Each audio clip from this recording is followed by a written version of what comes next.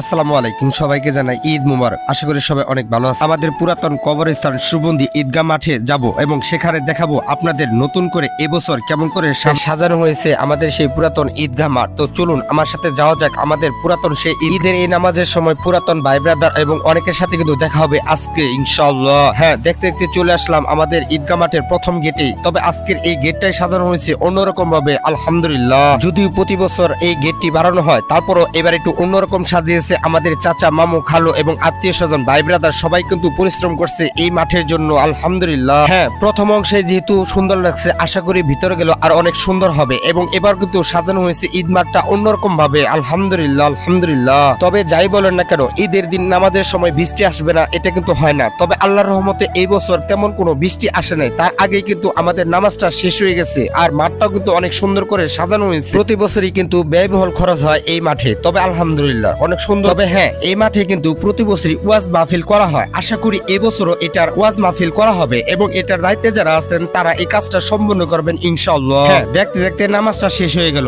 আর বেরিয়ে গেলাম। আর প্রথম দ্বিতীয় গেটটা কিন্তু অনেক সুন্দর করে সাজানো হয়েছে বেলুন দিয়ে। আর অনেক ভাই ব্রাদার, আত্মীয় স্বজন, মামু চাচা সবার সাথে কিন্তু ভাই ব্রাদার, আত্মীয় স্বজন, বন্ধু বান্ধব সবার সাথে যদি মোলাকাত না করি তাহলে তার হয় না। এই যে দেখতে দেখতে সবাই উপস্থিত হয়ে গেল আর সবার সাথে ঈদের ভাগাভাগিটা করে নিলাম, আলহামদুলিল্লাহ। এটাই কিন্তু খুশি, এটাই কিন্তু আনন্দ। তারপরও সবার সাথে কিন্তু দেখা হয় নাই, অনেক ভাই ব্রাদারের সাথে কিন্তু মিস হয়ে গেছে, তারা কিন্তু আগে কিংবা পরে চলে গেছে। তো এই শেষ করে কিন্তু আসলাম আমার বাড়ির দিকে। সর্বশেষ ধন্যবাদ জানাই তারা এই মাঠটিকে সুন্দর করে সাজিয়েছেন এবং তাদের শ্রম মেধা দিয়ে, আলহামদুলিল্লাহ অনেক অনেক সুন্দর হয়েছে ঈদ।